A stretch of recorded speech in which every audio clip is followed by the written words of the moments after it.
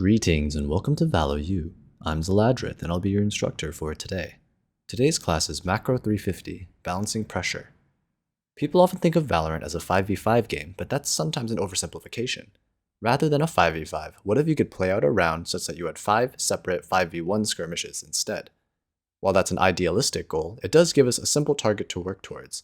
How do we maximize the number of advantage skirmishes while minimizing the number of disadvantage skirmishes? Advantage comes in many shapes and forms, so let's first simplify the problem by using the concept of pressure. Let's define pressure as the sum of all disadvantages an individual player experiences, minus all advantages they have. For now, to simplify even further, let's only take a look at numbers advantage. If a player faces too much pressure, they're far more likely to crack and die. However, having more teammates in a skirmish allows you to distribute that pressure between them. So if you could visualize the pressure each player is facing as little bars, where each bar represents the amount of pressure one enemy applies, then in that 5v1 scenario, the 5 members of our team would be splitting 1 bar's worth of pressure into 0.2 bars of pressure each, while the enemy individual is tanking 5 bars worth of pressure. Extrapolating from that trend, you want to maximize how lopsided pressure is distributed across the enemy team, while minimizing and trying to evenly distribute pressure across your team. In this clip, let's take a look at how the enemy team fails to properly balance their pressure. If they play intelligently, they can easily crush me by playing safe and using their numbers advantage. All they have to do is plant the spike on the far site, pick locations where they can shoot me in the back with some kind of lurk angle, and then have all of their teammates pop out at that exact time for an easy 4v1 with defender's advantage on their side. Instead, they do what most people do and get cocky, reinforcing bad habits of throwing away their advantages. I know there's 2 enemies behind me here, but I feel like I'm too close to my last known location. So to avoid getting surrounded and having to experience 2 to 4 bars of pressure at the same time, I push forward. Pushing forward can only have a fog density of 2 enemies at most, so long as I move fast enough that I don't get flanked. After I win the 1v1, I assume that they didn't group up into 2 groups of 2, so I dangerously gamble that there's no one else market. I feel the need to take this gamble since they're playing loud right now, and this is probably my last chance to know where the enemies are before they start shift walking everywhere. By playing a tight angle here, I isolate yet another duel, once again only experiencing 1 bar of pressure. As expected, they cut noise now that it's down to a 1v2, so I take the gamble that to avoid throwing, they'll take the spike to A site since my fog was reset to B site. I stay quiet since if anyone hears me rotating to A, they can just use that info and plant B instead, and then use defender's advantage to apply 2 bars of pressure on me anyway. And then I keep moving to reduce the chances that the fog engulfs me from behind, letting me once again isolate another 1v1. Now that it's just Reyna left, no matter what happens, we'll each only have 1 bar of pressure against each other.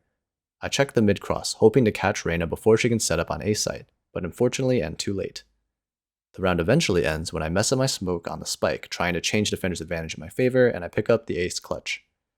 Notice that throughout this example, I kept the enemy's pressure bars as lopsided as possible, never letting them split my pressure across multiple people, and never having to experience more than 1 bar of pressure at a time.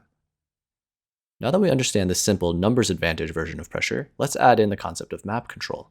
Attempting to take map control puts a lot of pressure on you, since you have to deal with defender's advantage and possibly util as well. Holding map control also has a cost, and increases pressure the more space you're trying to hold. Essentially, the higher the probability you actually have to fight, the higher the pressure you're experiencing. For example, holding this tiny space in wine hardly takes any pressure at all, and holding this space in our spawn costs no pressure, since my teammates would have to be the ones to fight first. I'm not actually contributing to holding the borders of our map control whatsoever. So, as the round progresses and map control is taken and lost, maintaining equal pressure across your team is a good rule of thumb for deciding how aggressively you should be playing. Here, I'm taking on a little pressure watching for the mid push out, but my team takes a huge amount of pressure pushing garage and C. Suddenly, I realize my position is very precarious, since I have the spike and I'm in a relatively dangerous location, so I quickly try to move myself somewhere on the map where I'm not enduring a pointlessly high amount of pressure, spreading it with my team, while also relieving my team's pressure of holding the site. Alternatively, if you're separated but don't have spike, then you can take the lower pressure task of holding map control by holding a lurk angle.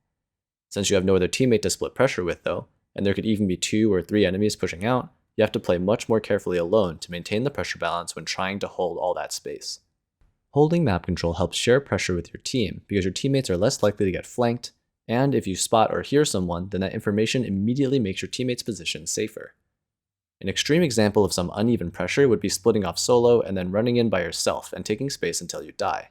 This puts an unnaturally high amount of pressure on you in a very short time period, decreasing the chance that your teammates can use that time window to pressure somewhere else.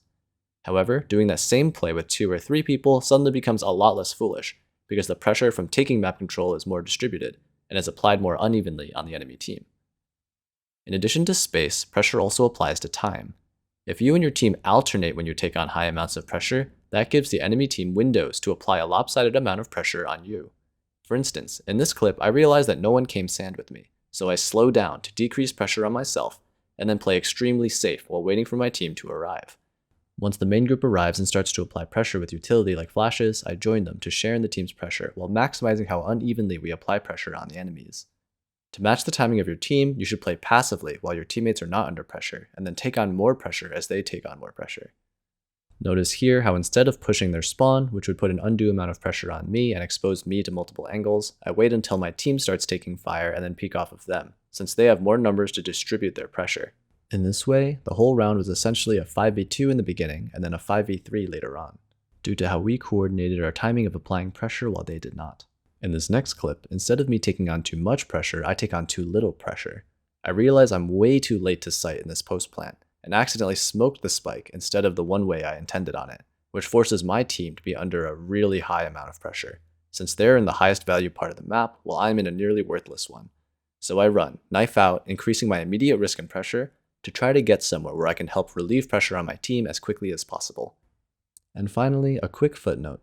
Just because you can take on more pressure to maintain balance across your team doesn't mean that it's always a good idea to. For instance, if there's a molly on the floor, it would artificially increase pressure if you just ran over it, but that's probably not a good idea.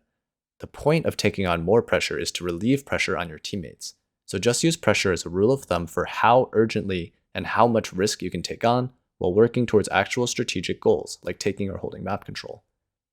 In summary, if a Valorant round was a series of skirmishes, you want to just 5v1 5 times. To work towards that effect, you want to unevenly apply pressure on the enemy team while balancing pressure more evenly across your own team. If you find that your teammates are taking more or less pressure than you, as a general rule of thumb, you should change your playstyle to match the urgency of the situation to share the pressure your team is under. And finally, make sure you're always working towards actual strategic goals, and just use pressure as a rule of thumb for how fast or risky you should be playing to accomplish it. That's all for today's lesson. If you have any questions, feel free to reach out to the lecturer or the TAs in the comments below. Thanks for attending, and we hope you enjoy your stay here at ValoU.